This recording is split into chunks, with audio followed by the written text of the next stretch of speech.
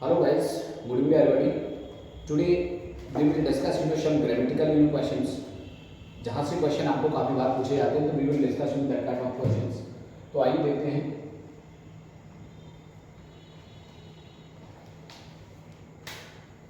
देखो क्वेश्चन है 10 पाउंड्स आगे लिखा है मनी. आपको ये जो ब्लैंक है ना ये फिल करना है. क्या लिख सकते हैं? आर अ लॉट ऑफ या फिर इज द लॉट ऑफ या फिर इज अ लॉट ऑफ या फिर नन ऑफ दिस या इनमें से कुछ नहीं. देखो 10 पाउंड्स, अभी यहाँ मनी की बात होगी, इसका मतलब क्या है? ये एक अमाउंट की बात कर रहा है. अमाउंट की बात करेगा तो अमाउंट अपने आप में क्या होता है? सिंगुलर होगा. सिंगुलर होगा तो आप इज का यूज करना बिल्कुल सही.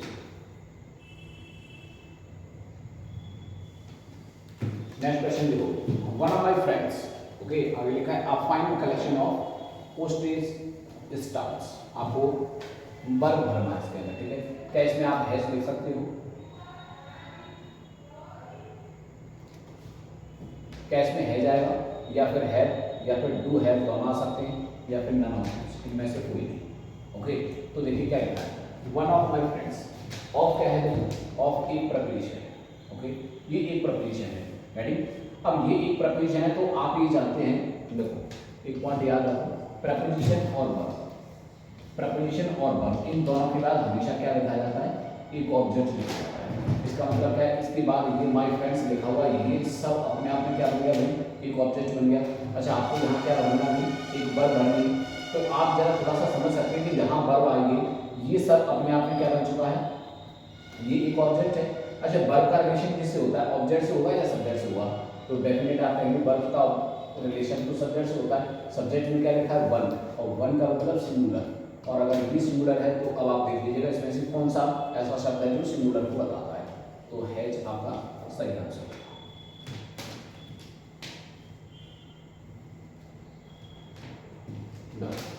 नेक्स्ट क्वेश्चन क्या है? नेक्स्ट क्वेश्चन है if I were the prime minister of India. काश अगर मैं भारत का प्राइम मिनिस्टर होता. आपको आगे बताना है कि सेंटेंस क्या लिखा जा सकता है. I will help the poor. देखो ये क्या लिखा है? वर्ब. कौन सी फॉर्म है भाई? सेकंड. तो एक जनरल सी बात आपको बतानी कि कभी भी पहले सेंटेंस में सेकंड फॉर्म लिखी है तो याद रखना दूसरे वाले सेंटेंस में भी सेकंड फॉर्म ही आएगी. अच्छा विल क्या है? अपने आप में विल काम करती है. फर्स्ट फॉर्म का हटा दीजिएगा, ठीक है. ये हैड सेकंड फॉर्म है. ओके लेकिन देखो इधर अगर वर्ब लिखा है तो देखिए एक कनेक्शन डाल देते हैं हम लोग कंडीशनल वाले सेंटेंसेस में. अगर किसी सेंटेंस में इफ प्लस इधर देख सकते हैं आपको फर्स्ट फॉर्म दे रखी है तो आगे क्या होना चाहिए भाई? तो आप आगे लिखोगे तो क्या होना चाहिए? First form. ओके आपको क्या यूज करना है? आपको यूज करना है क्या?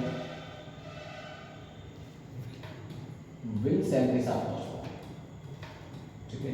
विल सेल के साथ कौन सी फॉर्म? First form. अगर मान लेते हैं हम यहाँ इफ के साथ में क्या आ जाता है? ओके सेकंड फॉर्म आती है तो आप क्या लिखेंगे आगे? वुड. और वुड के साथ फर्स्ट फॉर्म, ठीक है. अगर इधर आप देखते हैं सेकंड दे रखी है तो आगे क्या आना चाहिए? वुड आना चाहिए. इधर देखिए आप आई विल, अगर विल इधर दे दिया है तो इसका मतलब आप आगे फर्स्ट फॉर्म होनी चाहिए, ठीक है. और यहाँ ये कौन सी फॉर्म है? सेकंड है तो अब आप ये तो भर ही नहीं सकते. अच्छा इसमें वुड दे रखा है, इसमें वुड जिसमें दे रखा है वही आपका सही आंसर होगा. नेक्स्ट क्वेश्चन देखो. नेक्स्ट क्वेश्चन है देखो he the bus when it came. Okay जब यानी क्या क्या करेंगे? He the bus when it came. तो ये वाला एक सेंटेंस बनाना है. व्हेन इट केम जब ये आई, जब बस आई तो क्या होगा? गेट ऑफ या फिर आप कहोगे गेट ऑन या फिर गेट इन या फिर नन ऑफ दिस, ठीक है. तो बताना है कि जब यानी जब बस आई तो उसके बाद से क्या हुआ? He got on. Okay he got in the bus when it केम. जब बस आई तो वो बस में चढ़ गया.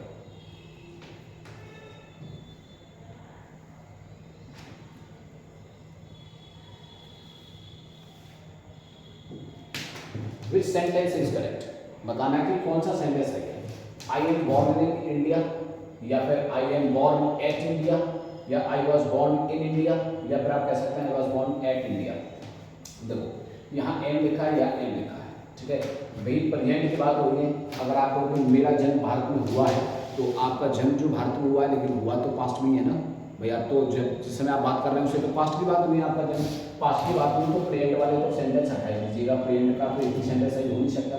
अब इंडिया एक क्या है, बिग प्लेस है, बिग प्लेस क्या है, कभी एट भी लगा सकते हैं, इसका मतलब क्या है, option number C is very correct. Next question देखोगे,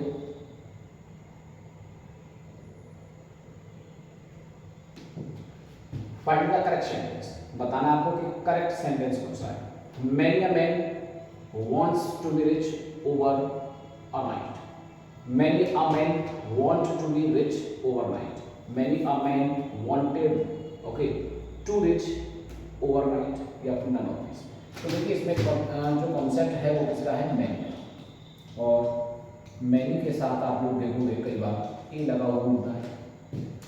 मैनी के साथ जब हम ए लगा देते हैं तो ये बात करता है किसी सिंगुलर वर्ब, और फिर आप कह सकते हैं सिंगुलर ही इसके साथ में वही कोई भी जो नाउन आएगा या फिर जो प्रोनाउन आएगा वो सब कैसे आएंगे, सिंगुलर। मैनी के साथ क्या लिखा जाता है, हमेशा एक प्लूरल शब्द होना चाहिए।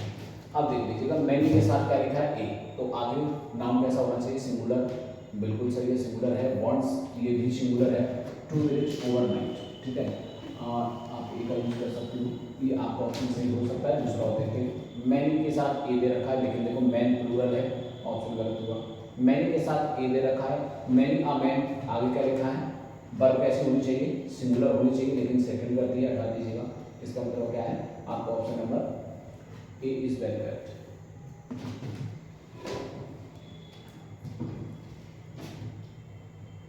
नेक्स्ट सेंटेंस देखोगे, लिखा है फाइंड द करेक्ट सेंटेंस, छांटना है फिर से आपको कोई करेक्ट सेंटेंस क्या है। I and you have done it, या फिर आप कहेंगे he and you went there, I and he lived it,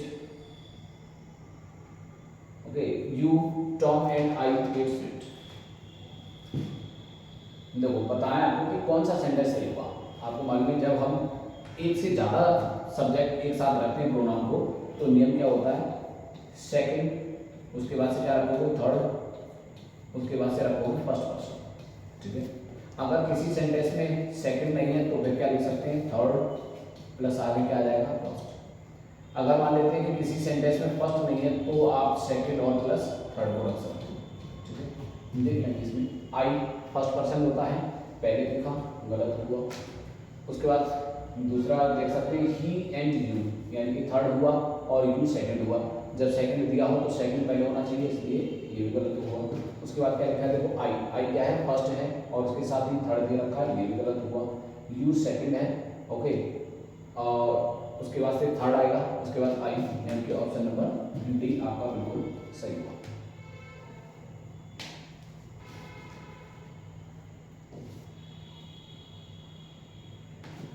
क्या लिखा है, फाइंड द करेक्ट सेंटेंस, बताना फिर से कोई एक एरर छांटना आपको। वी ट्रेवल्ड बाय ऑटो, या कहोगे we travelled by the auto, या we travelled by a auto, या कह सकते हैं we travelled by an auto. कभी भी याद रखेंगे जब आप कोई प्रपोजिशन लगा लेते हो बाय किसी भी, यानी क्या है, मीन्स ऑफ ट्रेवल के पहले, इसके पहले मीन्स ऑफ ट्रेवल की अगर हम बात करते हैं और उसके पहले आपने क्या जोड़ रखा है, बाई, तो कभी भी बाई के बाद और जो मीन्स ऑफ ट्रेवल आप लिखोगे, ठीक है, मीन्स ऑफ ट्रेवल जो भी आप लिखोगे, मीन्स ऑफ ट्रेवल, तो इन दोनों के बीच में कभी भी याद रखेंगे आप कोई आर्टिकल का यूज नहीं होना चाहिए, आर्टिकल का यूज नहीं होना चाहिए। देखो बाई दे रखा है, ऑटो, ऑटो अपने आप में मीन्स ऑफ ट्रेवल हुआ, बाई दे रखा है, बीच में आर्टिकल नहीं होना चाहिए, गलत हुआ, आप कह सकते हैं। देखो इसके पहले भी आर्टिकल ए दे रखा है, ये भी गलत हुआ, इसके पहले भी आर्टिकल दे रखा है, ये भी गलत हुआ। आपका option number A is correct. Next question देखोगे, नेक्स्ट क्वेश्चन है which one of the correct indirect narration of the sentences, which one of the correct indirect narration of the sentence. ये थोड़ा मिस्टेक हुई है, ओके, तो आप इस पर ना जाए, बस आप इतना ध्यान रखोगे। He said common bracket comma 2 and 3 is 5, आपको बताना है कि कौन सा सही है। देखो ही सेड, तो सेड के बाद ऑब्जेक्ट है नहीं, एडजेक्टिव रहेगा, और सब में एडजेक्टिव है ही, कोई दिक्कत नहीं आता। कंजंक्शन टू दैट लगाएंगे, दैट भी लगा हुआ है, ये भी ठीक है। उसके बाद से देखो 2 and 3, 2 and 3 कितने होते हैं भाई, 5 होते हैं। ये बात कहना भी अपने आप में क्या है, सही है। तो ये इज जैसा है वैसे रहेगा, लेकिन यहाँ आर हुआ, यहाँ वॉच हुआ, यहाँ वर हुआ। ऑप्शन नंबर ए बी आपका बिल्कुल सही होगा। नेक्स्ट क्वेश्चन देखोगे। नेक्स्ट क्वेश्चन क्या कहता है, चेंज द नरेशन। आपको फिर से एक नरेशन चेंज करना है। यू शे आई कट द फिंगर। तो क्या करेंगे, यू शे सेम रखोगे, सब में सेम है, कोई दिक्कत नहीं। दैट मीन सबके साथ लगा हुआ है, यहाँ तक ठीक हुआ। अब देखो आई को आपको चेंज करना होगा। देखो यहाँ आई चेंज नहीं हुआ है, आप हटा दीजिएगा इसको। यहाँ से देखो आई फर्स्ट पर्सन चेंज करो यू से। अब भाई आई को यू से चेंज करो तो यू ही होना चाहिए, यहाँ ही हो गया है, ये भी गलत हुआ। यहाँ पर देखो कुछ है ही नहीं, इसका मतलब है ऑप्शन नंबर आपका ये इज करेक्ट। नेक्स्ट क्वेश्चन लोगे।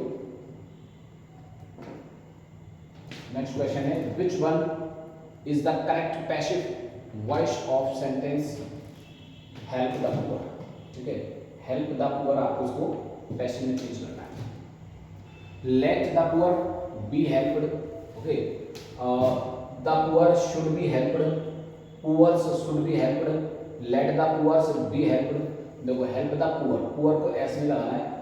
आप देखो यहाँ ऐसे लिखा है, गलत हुआ। देखो यहाँ पे भी ऐसे लिखा है, ये भी गलत हुआ। दूसरी बात क्या है दिया, the poor should be helped. Okay, या फिर लेट द पुअर, देखो ये ही है तो आप ही नहीं कह सकते, इसलिए आपको ऑप्शन नंबर बी को सही मानना होगा।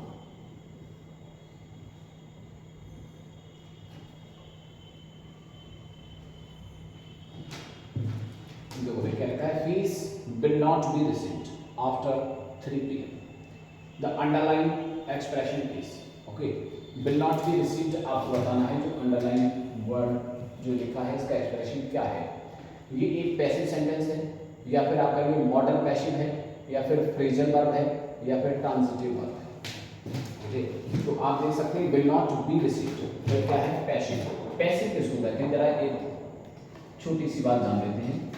पैसिव का मतलब क्या है, तो याद रखेंगे पैसिव का मतलब होता है B plus third. B plus third को ही हम लोग क्या कहते हैं, पैसिव कहते हैं।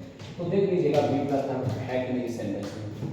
देखो बी दे रखा है, रिसीव्ड थर्ड दे रखा है, इसका मतलब क्या है, सेंटेंस तो भाई पैसिव का है। ओके, तो पैसिव सेंटेंस है। बस ये भी पूछा गया इसमें मॉडल पैसिव है। ओके, तो मॉडल वर्ब का भी यूज तो हो ही रहा है इसके अंदर। ओके, तो आप इसी ऑप्शन को लगा सकते हैं।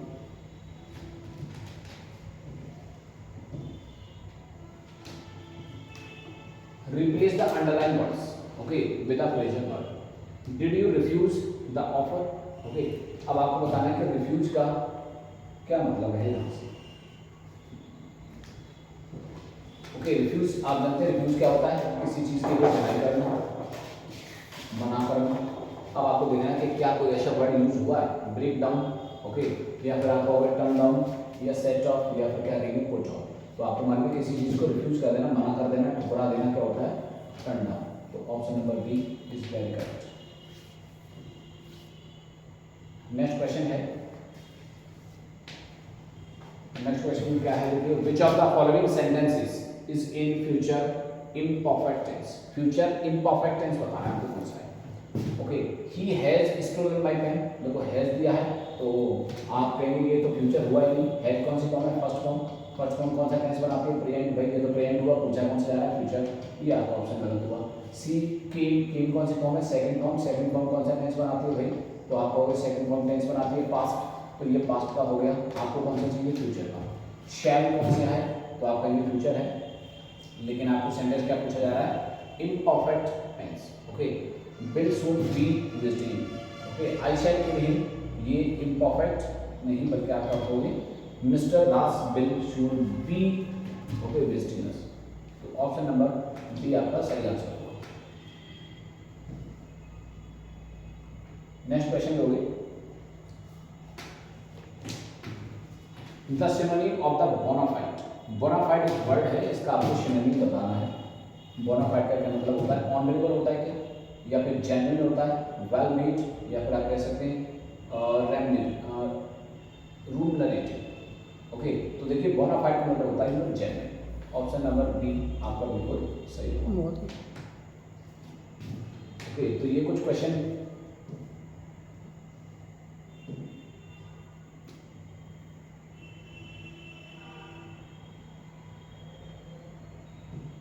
I have not seen him. Okay, I have not seen him क्या लिखा हुआ है, लास्ट मंथ। ओके, अब आपको बताना है यहाँ से एक प्रपोजिशन भरना है, क्या है और लिख सकते हो या फ्रॉम या फिर सिंस या फिर टेक। तो देखिए आपको बता दें, अगर किसी भी शब्द के पहले क्या दे रखा हो लास्ट, तो फिर आप क्या लिखोगे सिंस। हालांकि आप देखो मंथ अपने आप में मंथ के हिसाब से पुराना चाहिए, लेकिन लास्ट में लिखा है इसलिए क्या लिखोगे सिंस। तो option number C is very correct.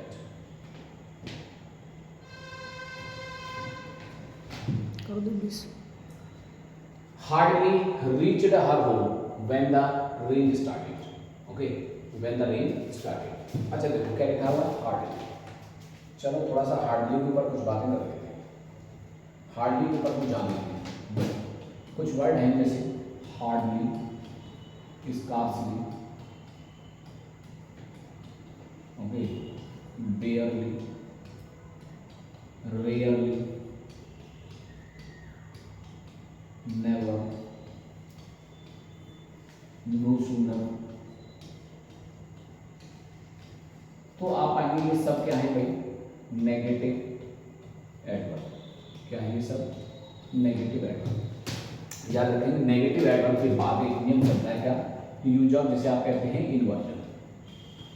भाई इन्वर्जन का मतलब होता है सब्जेक्ट से पहले हेल्पिंग वर्ब लगाना। तो इसका मतलब इन सभी नेगेटिव एडवर्ब के बाद आपको क्या चाहिए होंगे, हेल्पिंग वर्ब चाहिए। अब देख लीजिएगा इसके तुरंत बाद हेल्पिंग वर्ब होनी चाहिए। अगर आप लिखते हो शी, ओके, तो सी के पहले तो कोई हेल्पिंग वर्ब नहीं है, ये सही नहीं हो सकता। हेड एक हेल्पिंग वर्ब है, डिड भी हेल्पिंग वर्ब है, शी पहले दे रखा है, ये दोनों ऑप्शन आपके हट गए। ठीक है भाई, अब एक में दे रखा है हेड, एक में दे रखा है डिड। अच्छा, अगर हेड आप रखते हो तो हेड को कौन सी फॉर्म चाहिए, थर्ड फॉर्म, और अगर डिड को रखते हो तो इसके साथ कौन सी चाहिए, फर्स्ट फॉर्म। अब आप आगे देख लेंगे रीच्ड कौन सी फॉर्म है, थर्ड। अगर थर्ड दे रखी है तो इसका मतलब क्या हुआ, option number B is correct.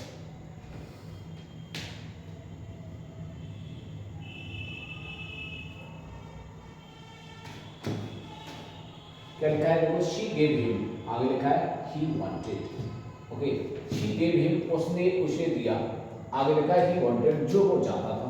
तो आप क्या लिख सकते हैं भाई, जो भी कुछ वो चाहता था उसको दिया। ये आपको क्या है, ये आप देख सकते हैं, इसे कहते हैं हम लोग रिलेटिव प्रोनाउन। ठीक है, और रिलेटिव प्रोनाउन में हम किसी भी पर्सन के लिए, किसी भी पर्सन के लिए हम क्या लिखते हैं, तो आप कहोगे हु का प्रयोग करते हैं। अगर पर्सन नहीं है, किसी थिंग की बात करते हैं हम लोग, तो थिंग के लिए हम लोग क्या लिखते हैं, विच का यूज करते हैं। अगर किसी भी सेंटेंस में आपको पर्सन भी नजर नहीं आता, आपको थिंग भी नजर नहीं आती, और फिर दोनों में से कुछ भी नजर नहीं आ रहा, शी गेव हिम, उसने उसे दिया जो वो चाहता था, तो आप बताइएगा क्या दिया, कुछ क्लियर हुआ, नहीं हुआ। ओके, ना तो वस्तु की पता चली और ना ही किसी पर्सन का जिक्र हुआ है। जब किसी पर्सन का भी जिक्र ना हो, जब किसी थिंग का भी जिक्र ना हो, तो फिर याद रखना हम यूज करते हैं क्या, व्हाट। तो देखेंगे आप इसमें क्या लगाएंगे, व्हाट।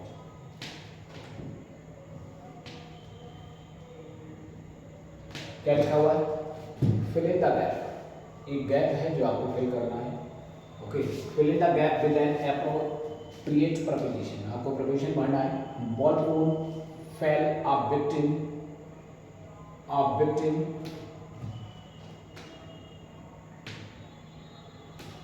विक्टिम के साथ आप प्रपोजिशन क्या लगाओगे, टू। ओके, तो फेल विक्टिम टू होता है।